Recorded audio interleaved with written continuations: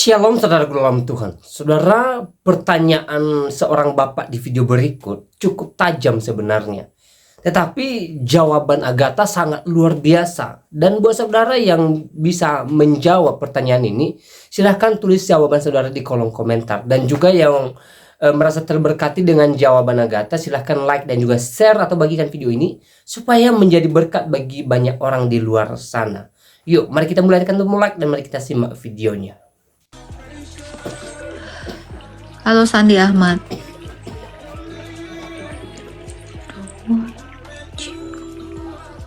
Silakan Pak Sandi Ahmad, ada yang mau ditanyakan? Apa benar Kristen itu agama kasih? Iya Bang. Pertanyaan saya, kenapa Indonesia dijajah 350 tahun oleh bangsa yang beragama Kristen? Kenapa? Hubungannya agama dengan penjajahan apa? Ya, kenapa Indonesia dijajah selama 350 tahun oleh agama Kristen yang disebut dengan agama kasih? Kenapa? Kalau Indonesia dijajah 350 tahun Pak, mungkin nggak ada agama Islam di Indonesia? Enggak, Ya, logikanya aja kalau Indonesia selama 350 tahun dijajah oleh agama Kristen, harusnya Anda tidak Islam, harusnya Anda Kristen. Ini membuktikan bahwa Belanda ke Indonesia bukan menjajah, tetapi untuk berdagang. yang bener, masa berdagang? Iya. Bapak tahu kerajaan pertama sebelum Islam? Ada? Enggak, pertanyaan saya kenapa? Sekarang ini Pak, pertanyaan saya kenapa 350 tahun menjajah Indonesia itu Belanda menjajah Indonesia bukan karena mau menyebarkan agama Pak, tetapi untuk membuka tempat perdagangan. Iya, kan Kristen agama kasih, bener nggak? Lalu?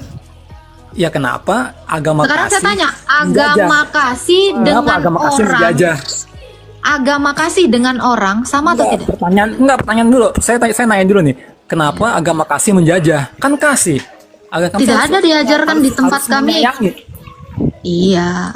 Orang menjajah dengan agama menjajah sama nggak Pak? Enggak, bukan itu. Pertanyaan saya simpel. Karena gini Pak, simple, otaknya nyambung. Setidaknya simple nyambung. Anda ngomong agama itu ngomongin ajaran. Agama itu bukan orang, Pak. Satu hal yang Anda harus tahu. Agama menjajah atau orang menjajah. Di sini dulu otaknya dipakai. Nanti saya akan buka. Silakan. Kenapa Hagia Sophia, Turki sana, menjadi Islam? Itu adalah negara Kristen. Ya? Ini simple tapi Anda nggak ngerti. Sini lihat saya. Agama itu bukan orang, yang menjajah itu orang. Agama Kristen tidak menjajah, orang Belanda yang menjajah. Hubungannya agama dengan orang apa? Yang menjajah ini. Ya. Justru VOC, Kamar Dagang Belanda, Hindia Belanda, itu membantu penyebaran agama Islam. Kalau Anda mau lihat data NU, silakan buka. VOC itu membantu menyebarkan agama Islam. Kalau Anda mau tahu, logikanya adalah kalau benar 350 tahun Belanda menjajah Indonesia, nggak ada yang beragama Islam di Indonesia ini Pak. Semuanya jadi Kristen. Kenapa harus jadi mayoritas Islam? Satu lagi yang saya tanya, agama pertama kali di Indonesia itu adalah Hindu. Kemana agama Hindu ini? Kenapa agama Hindu makin sedikit? Siapa yang menjaga agama Hindu? Nah, Anda belajar aja dulu, Pak. Saya kasih paham Anda di sini. Silakan, Pak. Sama seperti Sultan Mehmed II menjajah Turki, Hagia Sophia, kerajaan Konstantinopel. Maka semua Turki itu mayoritas jadi Islam. Padahal itu adalah negara Kristen. Kenapa kalian menjajah kerajaan Kristen? Silakan Pak Sandi. Di Islam itu nggak ada menjajah. Oke, At-Taubah ayat 29. Yang jelas, kenapa? At-Taubah ayat 29 itu bicara Nah, tentang agama Anda. sekarang gini, pertanyaan saya kan simpel. Kenapa Belanda menjajah Indonesia Ya kau tanya sama selama Belanda. 350 tahun? Kau tanya sama Belanda. Beragama Kristen. Bicara Mayoritas. Belanda, Anda tanya orang Belanda. Tadi Anda bilang agama. Agama gimana bisa menjajah? Agamamu mungkin yang menjajah. Kristen Betul agama kasih kan? Kristen agama kasih kan? Islam agama apa? Enggak, saya Penjajah. pertanyaan dulu. Islam agama kasih kan? Betul. Iya kan? Nah, agama kasih itu seperti apa? Coba jelaskan agama kasih itu Mengasihi, seperti apa? mengasihi. Nah, kenapa harus menjajah? Yang Selama menjajah 350 agama. tahun. Sekarang saya tanya, agama menjajah? Agama menjajah nggak, saya tanya? Gini ya Pak, kalau Anda bilang yang bebasin agama Arab, Anda lebih blunder. Wah, kocak. Sejak kapan Indonesia merdeka yang bebasin Arab? Hah? Pak, Anda siapa sih yang mendoktrin, yang mencuci otak Anda sampai kayak gini nih botolnya Pak? Hah? Sejak kapan Indonesia merdeka yang bebasin Arab? Keracunan apa? Keracunan kencing onta. Bapak buka aja ya data dari NU. VOC itu membantu penyebaran agama Islam. Anda buka sana data dari NU. Dan Indonesia itu tidak mungkin dijajah 350 derajat. 350 tahun. Hoax. Ya. Ini lebih ngarang lagi Anda yang membebaskan Arab. Anda orang Indonesia apa orang Arab? Bahlul emang ente. Ente bahlul. Tunjukin sama saya. Dikatakan Belanda bawa misionaris. Di mana ada orang Belanda itu datang itu untuk menyebarkan agama? Tunjukkan sama saya. Tunjukin aja. Ya, berlebihan itu 350 tahun itu berlebihan itu. Supaya membakar semangat kalian aja itu. Ngarang aja. Kalau memang yang mau bebasin Arab, berarti sebelum Belanda, Arab sudah menjajah orang pribumi. Nah gitu. Kalau Anda bilang Arab yang membebaskan, berarti Arab terlebih dahulu menjajah Indonesia. Itu dong logikanya seperti itu. Jangan goblok-goblok banget lah ya di room saya ini ya. Kalau udah saya bilang, jangan botol-botol banget.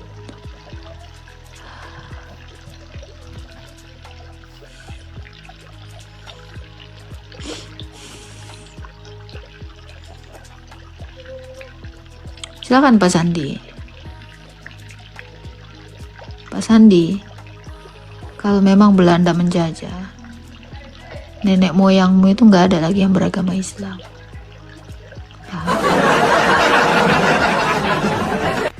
Ya, kalau memang Belanda menjajah Indonesia,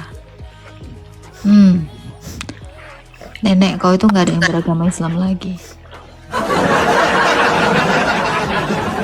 Sekarang negara-negara di Asia itu yang ngejajah negara yang beragama apa?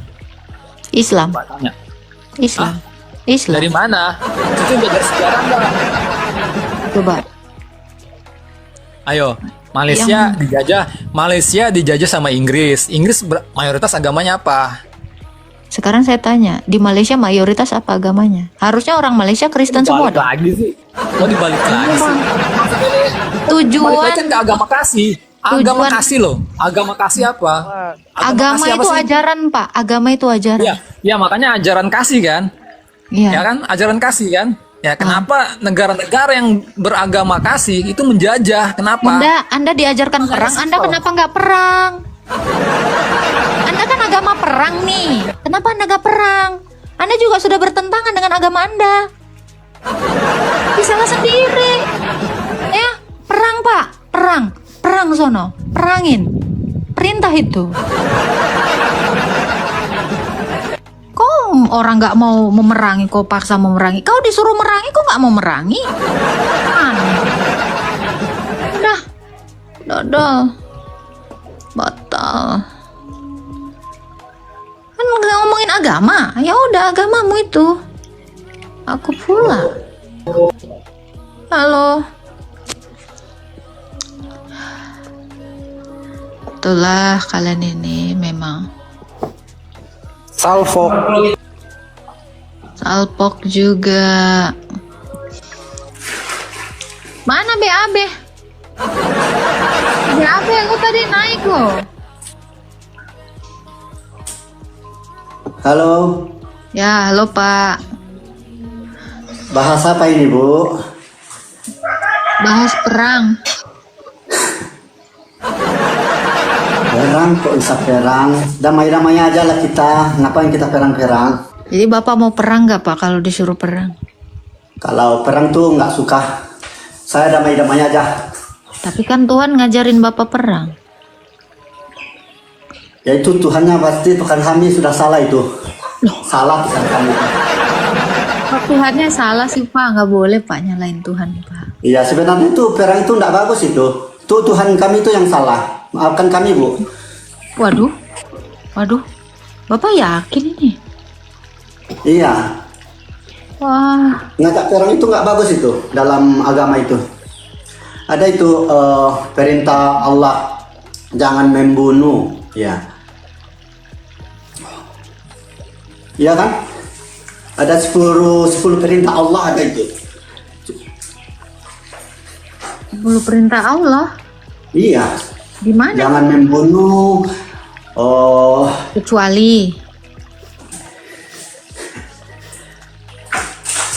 Kecuali terdesak, berarti boleh.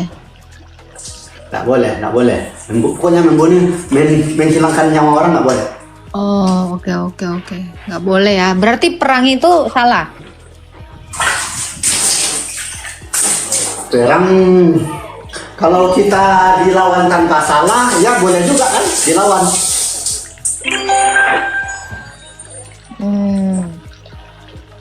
Boleh perang, kita diperangi tanpa ada kesalahan boleh.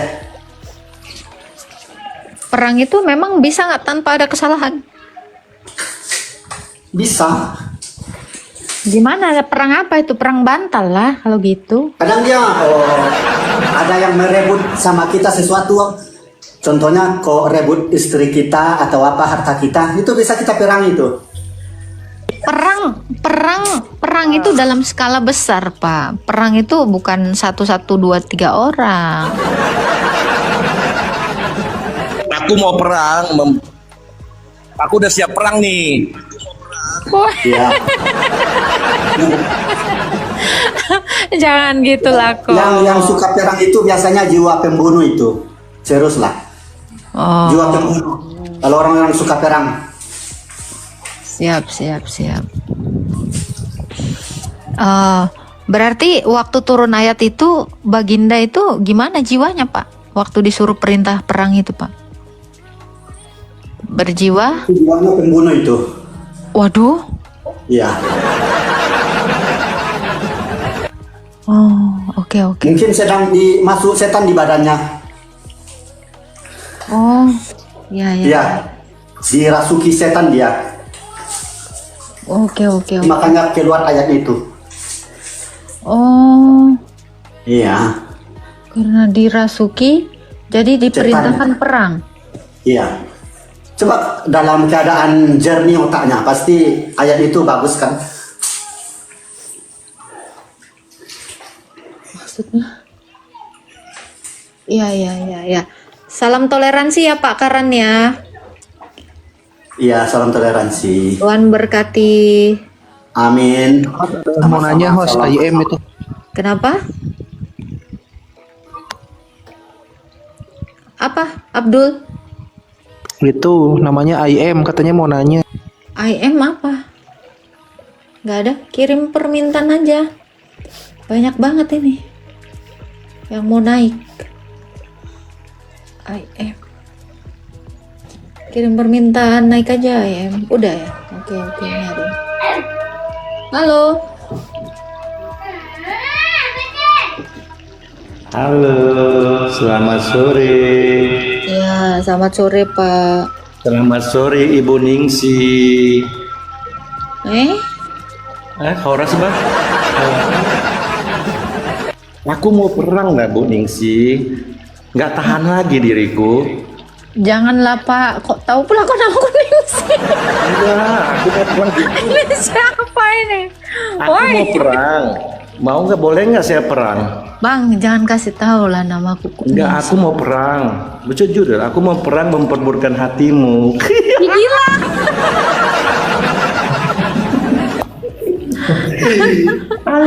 Astaga, Kojul apa kabar Kojul? Kok nama aku macam AM?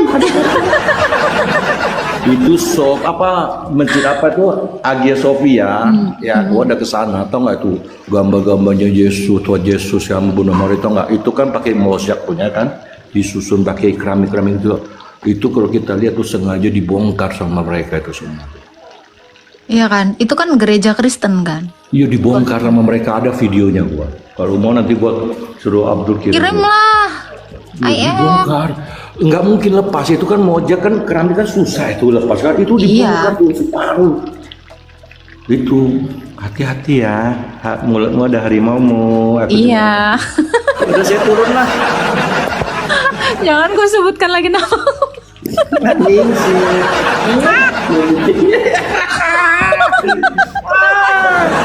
Jangan saya turunin. Jadi tahu seluruh dunia nama ini. Janganlah, Kojul memang parah kau ini Kojul. Bisa pula dia tahu nama aku Ningsih. Siapa yang ngasih tahu dia tuh? Kau ya, Michael? Ini mau ngobrol. Kuturunkan dia. Nanti manggil aku. Aduh, jangan ya. Aduh. Malu saya. Itu tadi bercandaan ya. Jangan diambil hati ya. Aduh. Jadi ketahuan deh saya. Ini ada yang di bawah nih ya. Sini saya ajarkan kau Agatha. Silakan naik aja. Kenapa Ningsih semua? Astaga.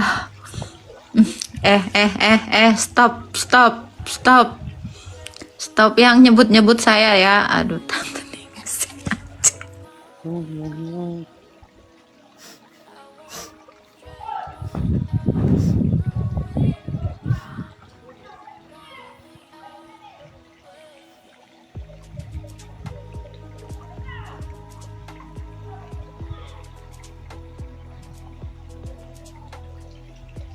Gerald, awas kalian ya. Stop semuanya nyebut Ningsih ya.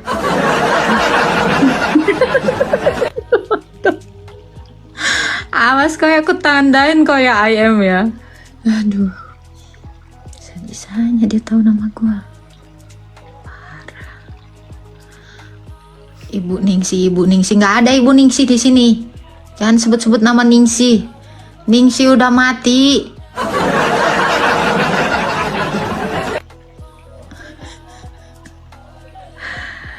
Astagfirullah.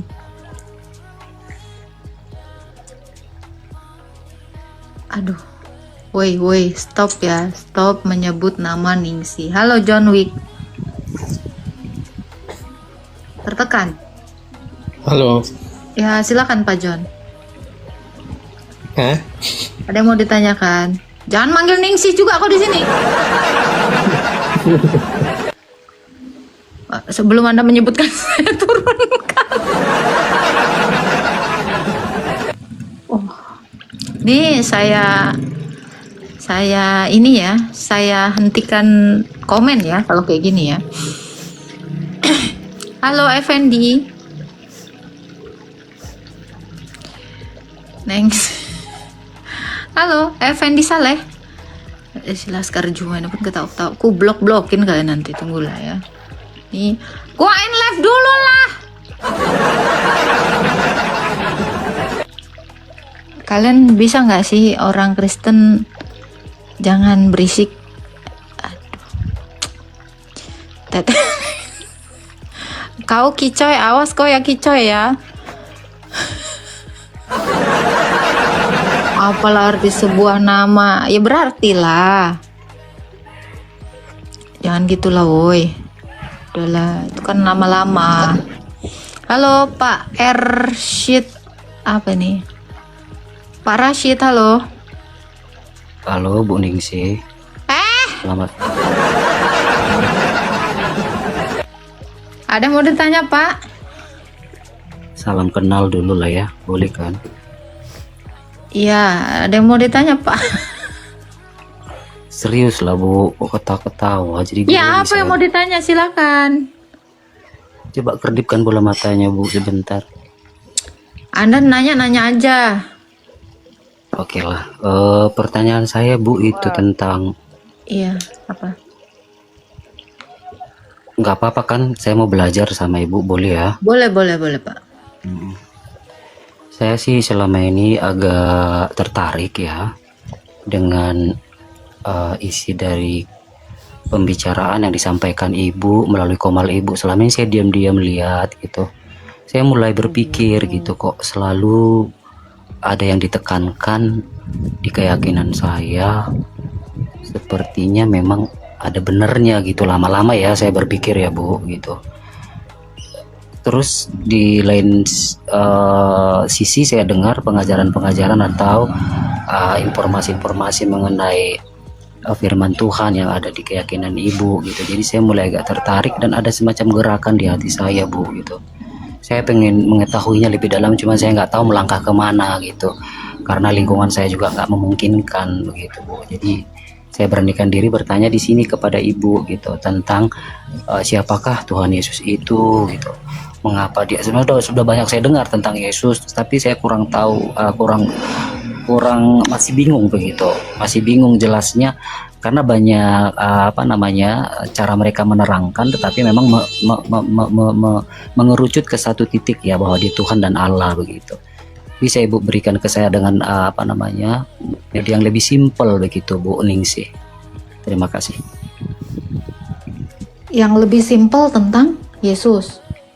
Iya Bu, karena dia kan disebut sebagai Tuhan dan Allah, yaitu Allah yang nuzul ke bumi untuk manusia begitu ya, tepatnya untuk menebus manusia itu dari dosanya begitu. Karena sejatinya manusia itu sudah berdosa begitu. Jadi saya di situ agak oleng mendengarnya. Benar, memang manusia sudah berdosa dari Adam dan Hawa. Ya, berarti kita memang butuh Tuhan Allah yang namanya Yesus gitu. Cuman saya masih bingung informasi tentang Yesus gitu. Iya, Yesus itu adalah firman Allah, penyataan diri Allah yang tidak kelihatan. Yohanes 1 ayat 18. Jadi kalau saya mau perkenalkan Yesus itu siapa? Dia adalah Allah yang datang kepada Adam, Allah yang datang kepada Abraham, Allah yang datang kepada Nuh, Allah yang datang kepada Musa, dan Allah yang datang kepada bangsa Israel. Dalam berbagai rupa, dalam berbagai cara. Dia memang sengaja datang ke dunia ini dan mengambil kodrat manusia itu supaya dia menjadi Allah bagi Adam yang sudah mati. Makanya dia mati. Dan sekaligus dia menjadi Allah bagi orang yang hidup. Itu. Jadi sebenarnya dari penjelasan Anda sudah tahu bahwa Yesus itu adalah Allah yang datang dalam rupa manusia. Cuman kan orang-orang yang sekarang ini hanya melihat dari sisi kemanusiaannya, tidak kepada keilahiannya gitu. Dari hal yang Bapak jelaskan tadi sebenarnya saya sudah tahu bahwa secara logika kalau kita itu bertuhan atau kita mengimani Tuhan akan menyelamatkan kita, maka Tuhan itu harus memberikan bukti bahwa Dia bisa membangkitkan kita dan menghidupkan kita, sama seperti yang dilakukan Yesus. Adakah Tuhan-Tuhan lain seperti yang dilakukan Yesus ini? Tidak ada. Semua Tuhan-Tuhan di dunia ini hanya memberikan janji, tetapi tidak memberikan bukti seperti yang dilakukan Yesus. Jadi saya mau simpulkan secara singkat bahwa Yesus ini adalah Tuhan yang membuktikan bahwa Dia mampu menyelamatkan manusia. Itu aja Pak. Oke, terima kasih Bu untuk penjelasannya. Saya makin dikuatkan lagi. Sebenarnya sudah berapa tahun ya saya berpikir untuk ini. secara pribadi kan saya bikin akun baru, takut dengan akun besar nanti kan agak ini kan. Yang membuat saya terbuka berpikirnya selama saya berdiam diri di di dalam komal-komal seperti punya ibu lah ya, saya panggil ibu apa sih namanya, Ibu Madu. Tadi saya terekam terbaca tadi katanya Ibu Ningsi, maka saya panggil Ibu Ningsi. Sebelumnya minta maaf ya. Jadi yang membuat saya mulai terbuka berpikir itu, saya nggak tahu tuh dari mana tekanannya membuat saya menjadi tertarik. Bahwasanya dikatakan kita manusia sudah berdosa, tentu yang menyelamatkan kita adalah manusia juga begitu. Sehingga Allah berupa manusia, itu yang bikin saya terbuka berpikirnya di sana, mulai sadar gitu. Berulang-ulang disampaikan, berulang-ulang ditegaskan, berulang-ulang di empasis gitu sama apologet seperti ibu gitu kan. Hati kecil saya terus setiap malam berkata begitu, ya kita manusia yang menyelamatkan juga manusia, itu sangat logika sekali begitu. Sehingga saya jadi berpikir ada kesempatan untuk bertanya gitu. Di sore hari ini saya berterima kasih bertanya begitu. Cuman satu lagi yang saya perlu tanya lagi untuk Ibu, semoga bisa memberi saya kelegaan hati, karena selama ini juga saya mendengar bahwa keyakinan iman Kristen itu sangat kaya atau dilandasi dengan sejarah gitu ya, history, sejarah begitu. Jadi di kesempatan ini saya nggak mau membahas keyakinan saya mau mutlak belajar dan ingin mengetahui informasi mengenai iman Kristen dari Ibu. Kedatangan Tuhan Yesus itu ke dunia ini, dia nujul, dia menjadi manusia, dan nyata ada yang menyaksikan. Ini yang saya underline ya, ada yang menyaksikan, sehingga berita itu tidak bohong. Berapa ribu tahun yang lalu itu sudah diceritakan dan memang ada saksinya sampai hari ini itu hidup. Nah, yang pengen saya tanyakan, Tuhan Yesus itu datang dengan wujud manusianya, tubuh manusia, rupa manusia, gambaran manusia begitu. Berarti dia touchable, bisa disentuh ya, karena ada murid-muridnya pada saat itu seperti yang sering saya dengarkan ya. Mengapa sampai saat ini yang masih masih blur begitu dalam pikiran saya, kenapa gambaran Yesus itu tidak konsisten begitu? Maksudnya gambaran Yesus itu wujud rupanya dalam gambar itu kenapa berbeda-beda begitu? Oke. Kalau Anda mengatakan dalam gambarnya itu kenapa beda-beda, salah. Karena sejak semula gambar itu atau ikon itu seperti yang digambarkan oleh Rasul Lukas. Penggambaran yang kita lihat sekarang yang kebule-bulean itu adalah gambar-gambar yang baru-baru di abad sekarang. Nah, ini kebetulan ini langsung dari akhir abad keempat ya, di Hagia Sophia. Ini saya tunjukkan bentar.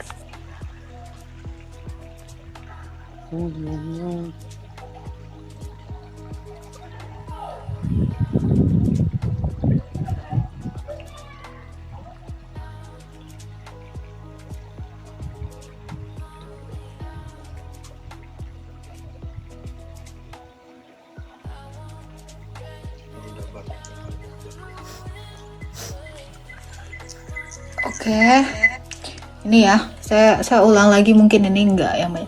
Ini jadi harusnya saya kesini kemarin ke Hagia Sophia dan melihat ini gambar, ya. Nih, jadi kalau dikatakan kenapa gambar Yesus itu berbeda-beda, tidak berbeda. Ini yang ikon yang paling tua. Ini di gereja Hagia Sophia. Ini kedengaran suaraku, ya. Ini harusnya saya kemarin kesini dan ini rekaman dari Kojul tadi teman saya itu, ya. Jadi kalau dikatakan kenapa gambarnya beda-beda, tidak. Nih nanti tunggu ya, saya akan berhentikan. Nah, ini itu adalah ikon Yesus. Oke, sebentar, saya bikin lagi ke ini. Ikon Yesus ini tidak berubah dari dulu. Nah, makanya kalau Anda lihat ini ikonnya, ini masih sama. Penggambaran itu tidak berbeda. Jadi yang sekarang ini, kalau Anda mau lihat, yang benar itu ya ini. Ini di gereja tertua yang di Turki sana. Jadi kalau mengatakan kok gambar Yesus tuh beda-beda, nggak ada beda sama sekali. Seperti itu. Bentar. Gua pergi dulu ya. Oke. Gua lagi di Jayapura ini, datanglah para krisis ke sini lah. Di Jayapura gue ini. Oke, siap. Nanti gua ke sana. Oke, jadi seperti itu ya Pak ya. Untuk orang-orang yang menggambarkan Kristus itu yang baru-baru sekarang ini, itu adalah kekeliruan. Jadi kalau mau dibilang yang mana nih yang paling mendekati, datanglah ke gereja pertama, perdana ya, bangunan gereja yang dibuat oleh Raja Konstantin. Ya, itu tahun 300 berapa, akhir abad keempat.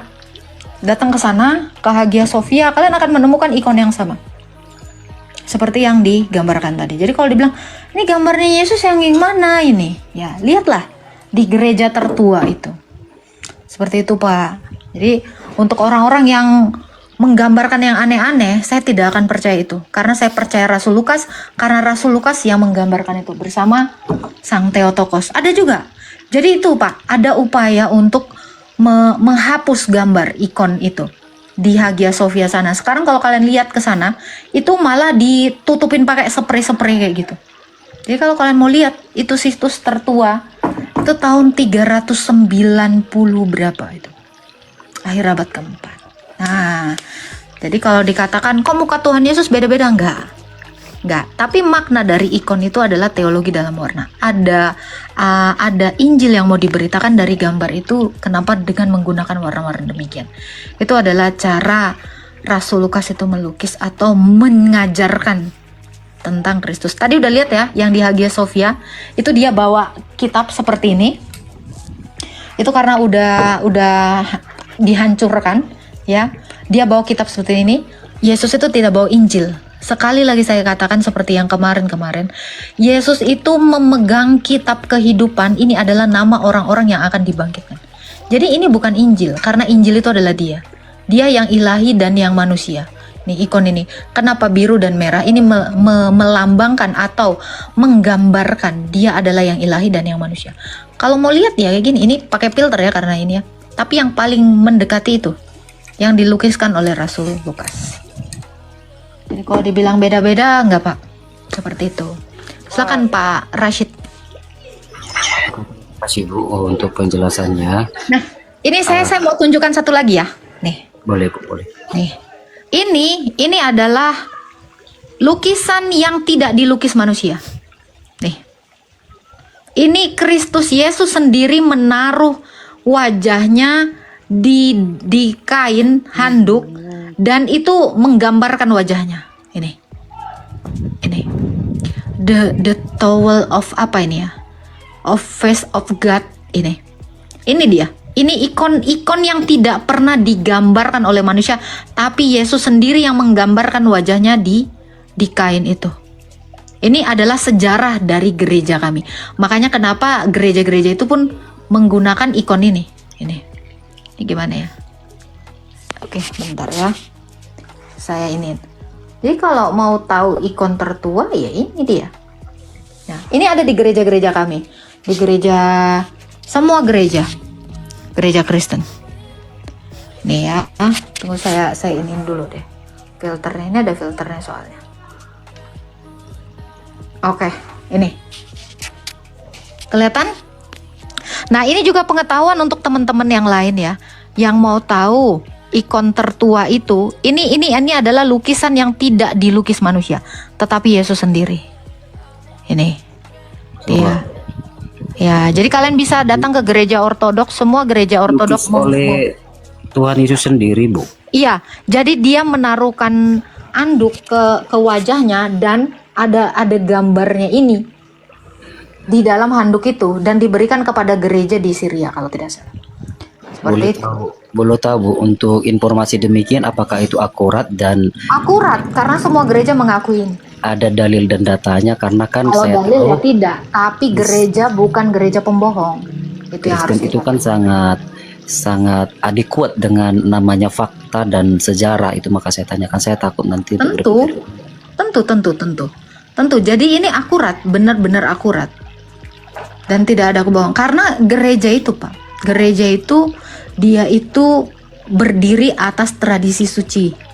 Jadi tidak bisa buat ajaran-ajaran baru. Makanya kenapa gereja itu syarat akan perayaan-perayaan. Jadi ini pun kami peringatin ini, kapan peristiwa dia menaruhkan wajahnya itu ke itu ada. tanggal-tanggal peringatannya, pekan-pekan. Apakah peristiwa itu ada terdapat di dalam Alkitab, Bu Ningsi? Ada. Galatia 3 ayat 1. Hai orang Galilea yang bodoh, bukankah Yesus Kristus itu sudah secara terang dilukiskan di depan matamu? Itu. Saya buka Galatia 3 ayat 1. Ada lagi yang lainnya ya. Oke. Nah, ini saya tunjukkan aja ayatnya.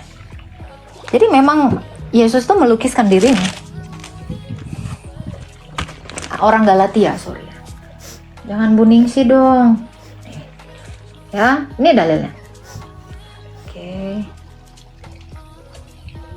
Hai orang Galatia yang bodoh, siapakah yang mempesona kamu? Bukankah Yesus Kristus yang disalibkan itu telah diterangkan dengan jelas di depanmu, telah dilukiskan dengan jelas di depanmu. Ini bukan diterangkan. Saya ambil yang Alkitab koplak ini terjemahannya ya.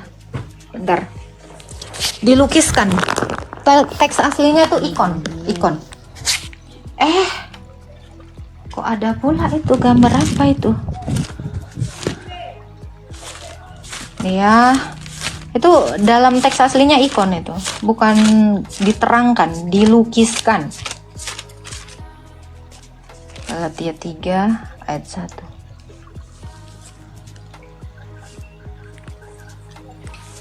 Ini saya pakai Alkitab yang terjemahan yang benar ini. Kok lain lagi nih?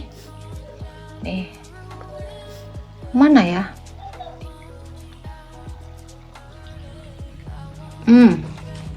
Ya. Kelihatan? Ini Alkitab saya yang paling tua. Hai orang Galatia yang bodoh, siapakah yang telah mempesona kamu? Bukankah Yesus Kristus yang disalibkan itu telah dilukiskan dengan terang di depanmu? Ini. Jadi ada ayatnya, Pak. Makanya kenapa orang Kristen buram? Ini kayaknya udah besar deh. Ini dilukiskan. Terang nggak, Pak? Kelihatan nggak? Ya, kelihatan, Bu. Saya panggil Bu Agatha. Teman-teman menginformasikan dengan panggilan Ibu Agatha saja, Bro, katanya. Gak apa-apa, Ningsi juga gak apa-apa sih, Pak. Kita harus menyadari nama kita. Iya, saya kenal juga. Saya familiar juga dengan Ibu dengan nama Agatha selama ini. Cuman saya belum berani naik ke atas karena saya sembari mendengar, menyimak, menyimak sehingga hari ini saya beranikan diri untuk naik begitu. Dan kebetulan saya ada waktu begitu ya.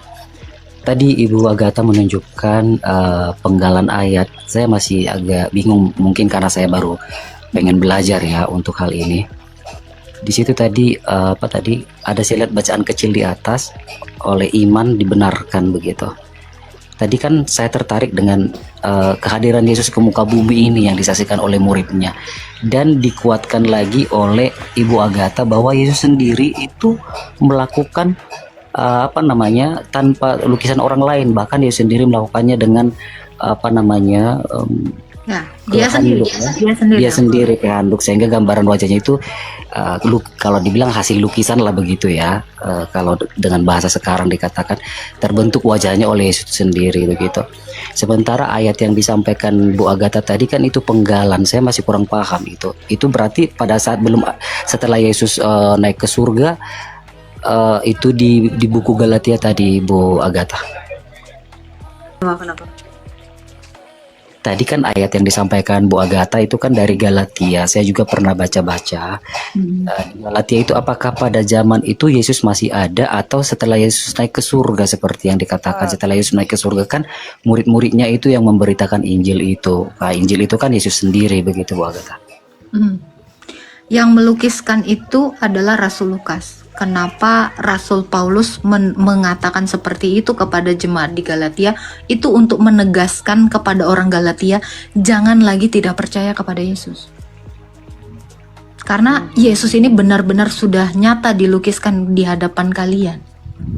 Kenapa kalian masih tidak mempercayainya lagi? Itu maksudnya. Itu yang dimaksud Rasul Paulus. Karena surat kepada jemaat di Galatia itu adalah tulisan Rasul Paulus. Kenapa Rasul Paulus mengajarkan ini? Karena Rasul Paulus belajar dari Rasul Lukas dan rasul-rasul yang lainnya. Seperti itu Pak Rishad. Oke, terima kasih Bu Agatha. Walaupun saya masih confused mengenai lukisan Yesus itu nggak menjadi masalah yang terbesar bagi saya.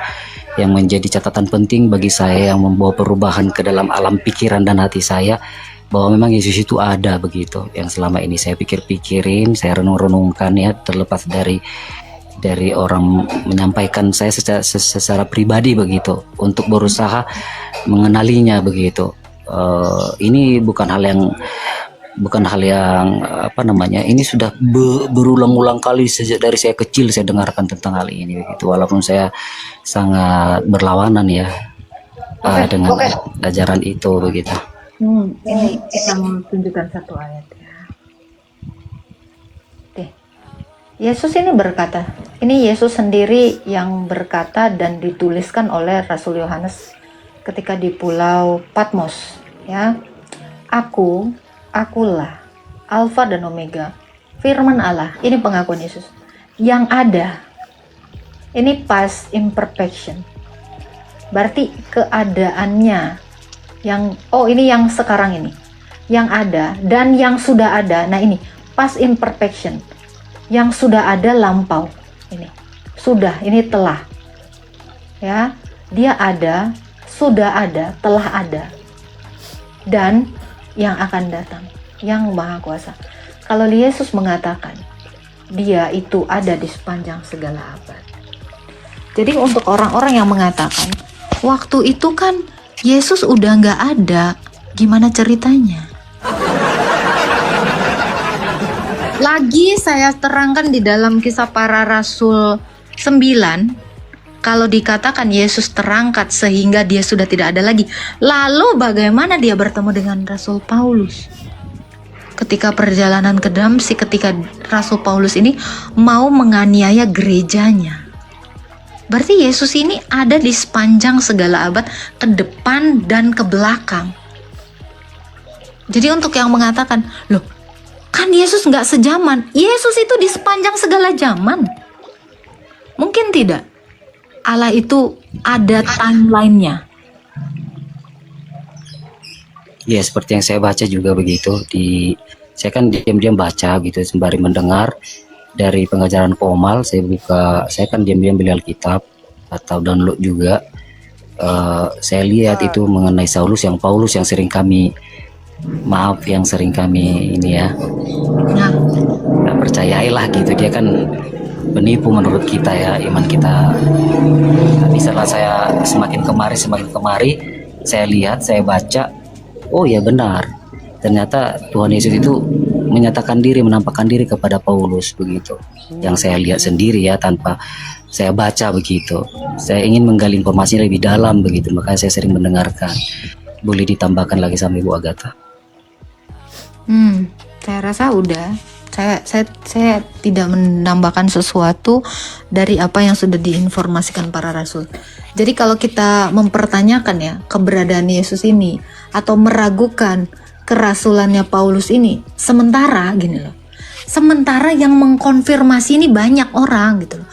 12 murid dan 70 murid.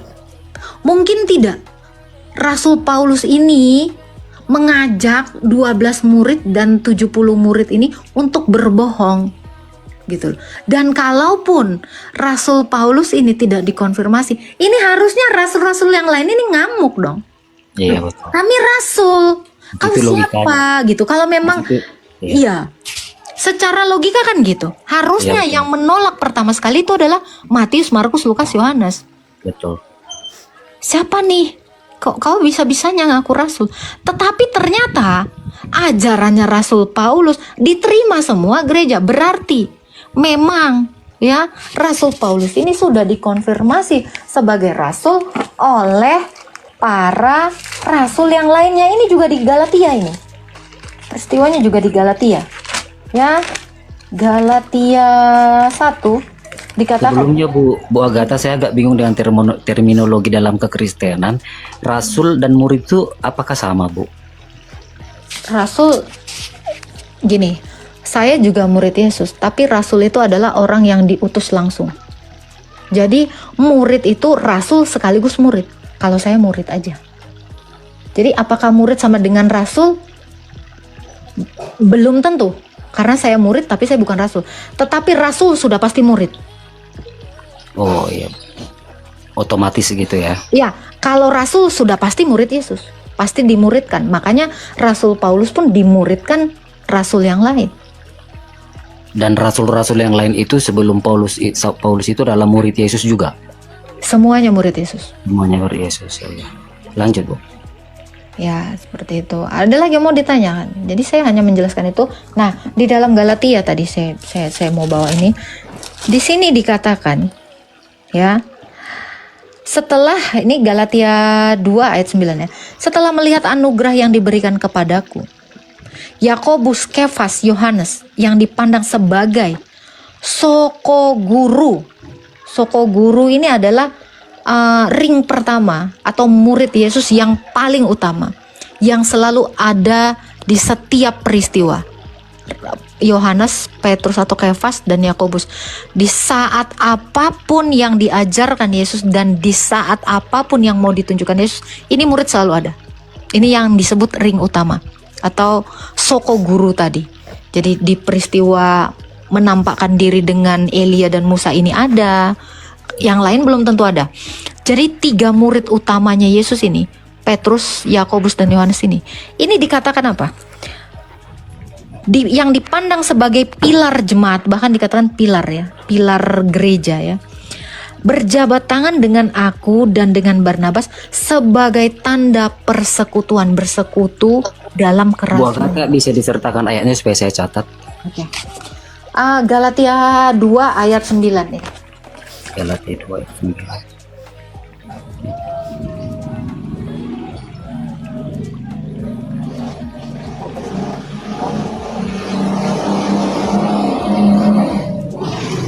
Setelah melihat anugerah yang diberikan kepadaku, Yakobus, Kefas ini Petrus, dan Yohanes yang dipandang sebagai pilar gereja, pilar jemaat atau soko guru ini, berjabat tangan dengan aku dan dengan Barnabas sebagai tanda persekutuan, supaya kami pergi jadi rasul nih kepada orang-orang yang tidak bersunat. Ini kan yang dimaksudkan rasul itu. Ini seperti itu, Pak. Jadi kalau untuk orang-orang yang mungkin baca Alkitabnya itu 1-2 ayat, itu tidak akan mengerti gitu.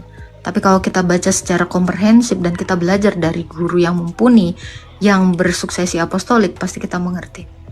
Kenapa Rasul menuliskan semua kesaksian ini? Karena ini, saya kasih tahu. Ini adalah kitab kesaksian. Kesaksian tentang ini. Musa bersaksi tentang ini. Ayub bersaksi tentang ini. Daud bersaksi tentang ini. Abraham bersaksi tentang ini. Yunus bersaksi tentang ini. Dan rasul-rasul pun bersaksi tentang ini. Jadi kitab kami ini adalah kitab kesaksian tentang Yesus dari para nabi dan dari para rasul. Termasuk Nabi Yohanes yang dipenggal kepalanya, atau Yohanes Pembaptis. Itu. Jadi mungkin tidak kesaksian yang banyak ini diragukan. Nah, justru karena itu berasal dari situ saya mulai berpikir, menggali lagi, coba berpikir lagi lebih jernih, berpikir lagi secara logis tanpa harus melihat agama dalam hal ini ya. Saya berangkat dari cara berpikir yang bagaimana ya, yang relevan, yang logis begitu. Sehingga saya memutuskan ini bukan sepertinya. Memang apa yang ada di dalam iman Kristen ini benar begitu. Hati kecil saya berkata begitu, Kak Agatha, benar gitu. Cuman saya nggak tahu harus mulai dari mana begitu. Sering saya dengarkan kata Roh Kudus gitu kan. Saya belum tahu Roh Kudus itu bagaimana. Dia bersemayam di hati kita bagaimana, Mbak, saya belum tahu. Tapi saya sudah mulai berani memberanikan hati saya begitu. Saya nggak mau menutup. Karena secara logika berpikir juga begini, bagaimana saya bisa menerima kebenaran terlepas dari keyakinan Kristen lah begitu ya, secara umumnya begitu. Kalau saya tidak membukakan hati saya ataupun tidak mengosongkannya dulu gitu, tanpa harus mengintervensi mencampur-campurkan, memix keyakinan A, B dan C gitu, coba saya kosongkan begitu kan, sehingga saya mendapat semacam gambaran gitu ke Agatha gitu.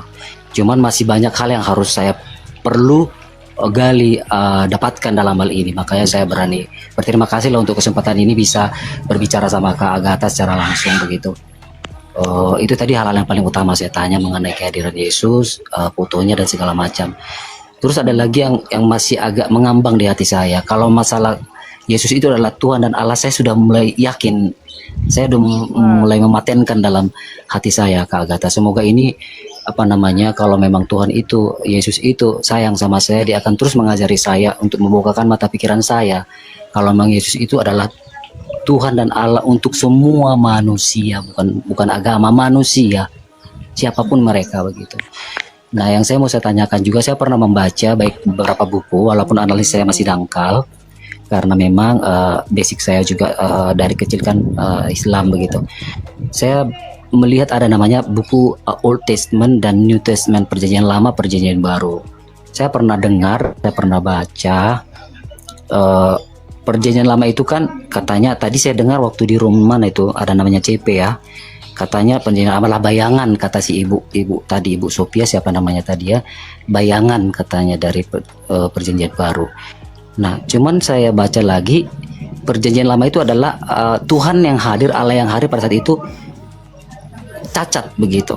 Allah itu bukan Allahnya yang cacat, katanya cacat, sehingga datanglah Tuhan itu nujul jadi manusia, menjadi perjanjian baru, di dalam perjanjian baru dan di dalam perjanjian semua kasih karunia.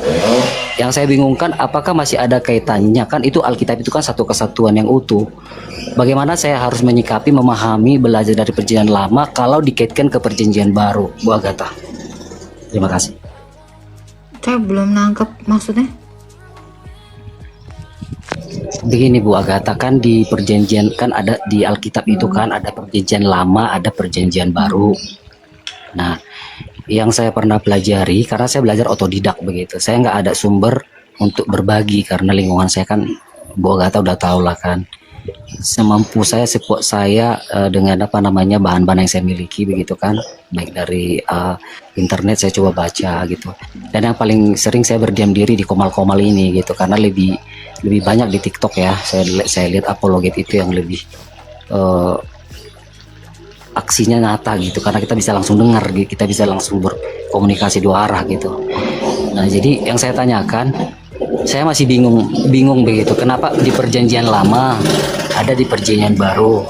Nah, saya sudah bisa terima dan di hati saya sudah clear bahwa memang Allah itu datang berupa manusia gitu ya, berupa manusia itu Yesus namanya, yang menjadi manusia, yang menyelamatkan manusia itu dari kutuk dosa tadi gitu. Saya berdosa, semua berdosa, ayah ibu saya berdosa, adik saya berdosa, semua berdosa, lingkungan saya berdosa. Jadi butuh Yesus, dia Allah yang hidup, dia yang menjadi manusia. Nah, saya tanya, waktu di perjanjian lama Allah itu kepada manusia pada saat itu untuk menolong manusia dari dosa cacat, tidak bisa sempurna sehingga jadi manusia. Jadi saya bagaimana menyikapi kalau belajar di perjanjian lama begitu Bu Agatha? Kan belajarnya perjanjian baru Yesus tuh. Nah, narasi cacat ini apa sih? Kan di perjanjian lama itu Allah itu kan cacat untuk menyelamatkan manusia. Kan manusia itu kan tegar tengkuk, jatuh dalam dosa. Cacatnya gimana ini, maksudnya cacatnya gimana? Maksudnya gimana ya? Pemahaman saya mau dikoreksi sama Bu Agatha ya.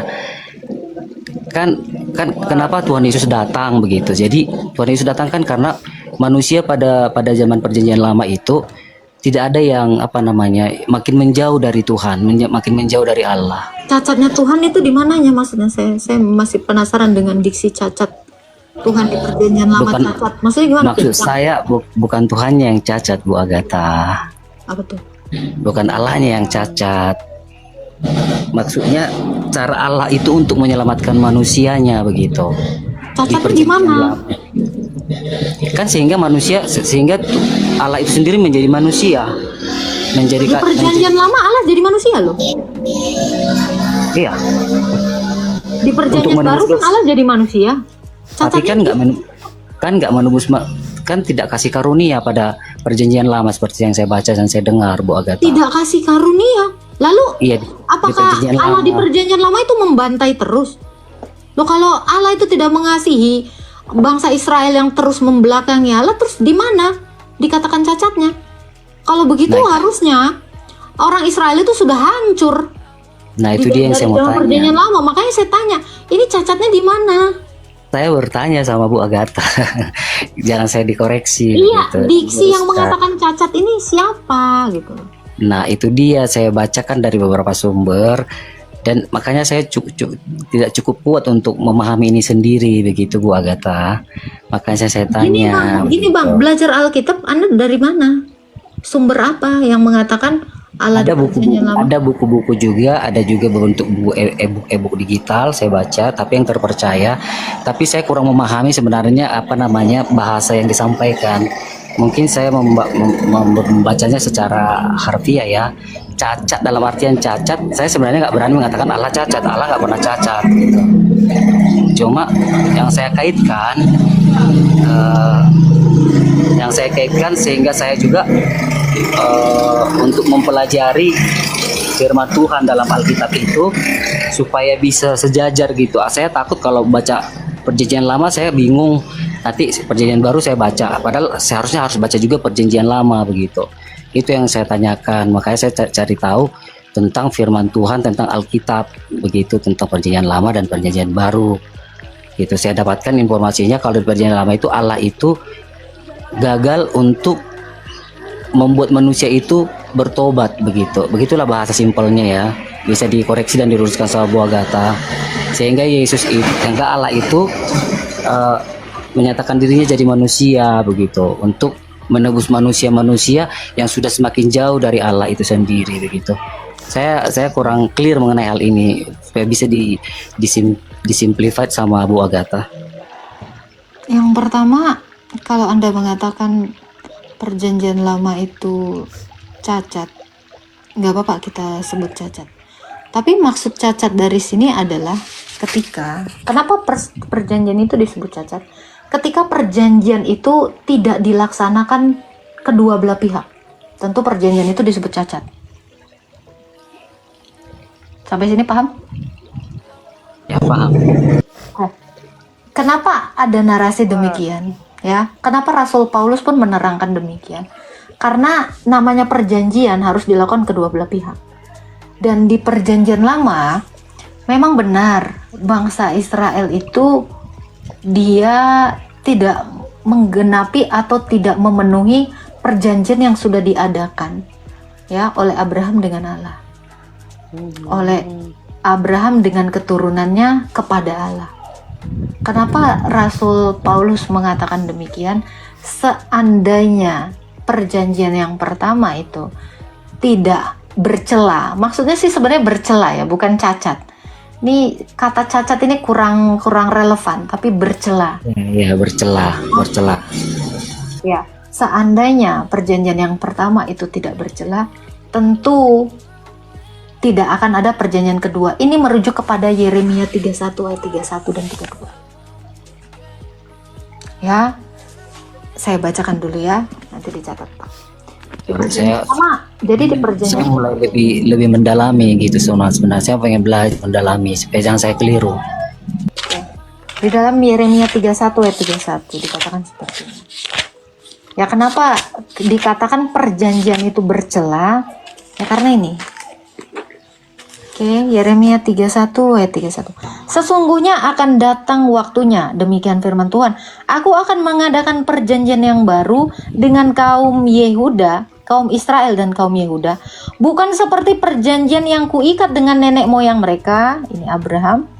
Ya, pada waktu aku memegang tangan mereka dan membawa mereka keluar dari tanah Mesir. Perjanjianku itu mereka ingkari meskipun aku menjadi Tuhan atas mereka. Demikian firman Tuhan. Jadi yang dimaksudkan seolah-olah perjanjian ini bercela atau cacat sehingga adalah perjanjian yang baru karena bangsa Israel sendiri tidak mampu melakukan seluruh Taurat itu. Kan dikatakan mereka mengingkari janjinya. Apa perjanjiannya itu? Yaitu mereka melakukan Taurat itu. Nah, sehingga ketidakmampuan bangsa Israel dalam melakukan seluruh Taurat itu dianggap bercela. Kenapa? Karena bangsa Israel tidak mampu. Karena ketidakmampuan bangsa Israel ini, satu orang pun yang bisa melakukan Taurat ini, maka Allah itu hadir dan dia datang sebagai manusia. Dialah satu-satunya yang mampu menaklukkan seluruh perjanjian itu atau hukum Taurat itu. Galatia 4 ayat 4. Setelah genap waktunya, Allah mengutus anaknya yang lahir dari Maria dan takluk terhadap Taurat. Makanya kenapa? Jadi Allah mengatakan itu sebagai celah begitu Kak Agatha? Perjanjian itu bercela karena namanya perjanjian kan ada dua belah pihak nih. Betul. Bangsa Israel dan Allah. Bangsa Israel ini, kenapa perjanjian ini bercacat atau bercela? Karena ketidakmampuan bangsa Israel dalam melakukan atau menggenapi perjanjian itu. Sehingga Allah itu datang dalam rupa manusia dan perjanjian itu, hukum Taurat itu, semua digenapi oleh Yesus Kristus. Ini juga ada dalilnya. Aku datang bukan meniadakan Taurat, melainkan untuk melakukannya atau menggenapinya. Dan ini kan sudah dinubuatkan di dalam Yeremia 31 ayat 31 sampai 32 ya, itu udah pernah saya dengar, ada nubuat katanya, di nubuat ya. Ya. Jadi perjanjian itu. Kalau begitu Kak Agatha, maafkan saya misalnya ini cara berpikir saya yang masih mentah ya. Allah, karena tadi Kak Agatha mengambil semacam sebuah cara berpikirnya itu kalau perjanjian itu kedua belah pihak harus terpenuhi. Iya, perjanjian itu dianggap sempurna kalau keduanya memenuhi. Kalau tidak dilakukan, yaitu namanya cacat.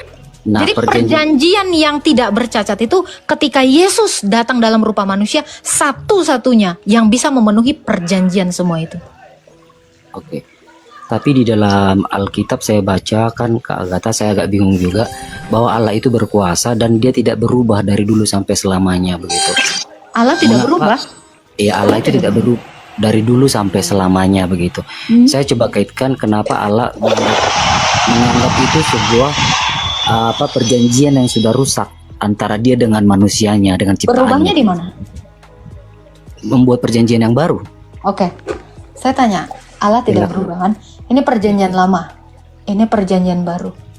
Lama tetap lama, baru tetap baru. Apakah lama berubah jadi baru atau baru berubah jadi lama?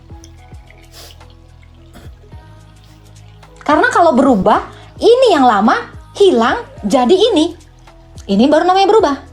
Tapi yang baru tetap ada, yang lama tetap ada. Sorry, kebalik. Yang lama tetap ada, yang baru tetap ada. Di mana berubahnya? Allah tetap tidak berubah. Demikian perjanjiannya. Kan Yesus bilang, aku datang bukan untuk meniadakan. Kan tadi nih, kalau berubah artinya satu yang tiada. Ini perjanjian lama tiada. Maka menjadi yang ini aja. Adakah Tuhan Yesus meniadakan Taurat? Atau dia semakin meneguhkannya? Jadi kalau dibilang Allah tidak berubah, apakah perjanjian berubah? Perjanjian tidak berubah, tetapi ada perjanjian lama dan ada perjanjian baru. Itu sebabnya kenapa orang Kristen bukan meniadakan perjanjian lama, melainkan kami mengkanonnya secara komprehensif. Adakah isinya berubah? Tidak. Adakah peraturannya berubah? Tidak. Tidak ada yang berubah, melainkan diteguhkan. Ada lagi yang mau ditanya? Terus cara belajarnya Kak Agatha bagaimana saya pribadi untuk melihat dari perjalanan Tuhan Allah itu sampai sekarang ini dia menjadi datang dalam menuju jadi manusia begitu. Bagaimana saya untuk lebih Anda butuh guru. Iya, maksud saya kan itu sudah sangat komplit ya. Harus saya harus butuh seorang yang menemani untuk belajar begitu ya. Kan Kak Agatha katakan itu memang sudah dikanonkan dalam satu buku begitu. Nah, ada perjanjian lama, ada perjanjian baru. Walaupun masih masih saya agak bingung karena di perjanjian lama itu banyak bahasa-bahasa yang teologisnya itu seperti sejarah, saya kurang tahu, tidak seperti di Perjanjian Baru begitu. Jadi bagaimana saya memulainya untuk belajar dengan memiliki sebuah kitab begitu? Ikut katekisasi di gereja ortodoks. Karena di dalam gereja ortodoks menjelaskan sejarah gereja itu berdiri seperti apa dari mula. Makanya perlu yang namanya guru yang dapat pengajaran dari para rasul.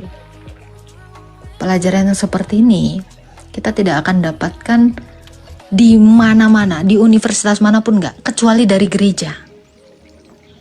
Kenapa saya katakan dari gereja? Karena Yesus mendirikan gereja. Silakan cari gereja. Maksud Kak Agatha itu gereja yang fisik atau bagaimana, Kak? Gereja yang fisik dengan gereja kita, gereja bangunan. Kita nggak ngomong gereja itu bukan bicara bangunan ya.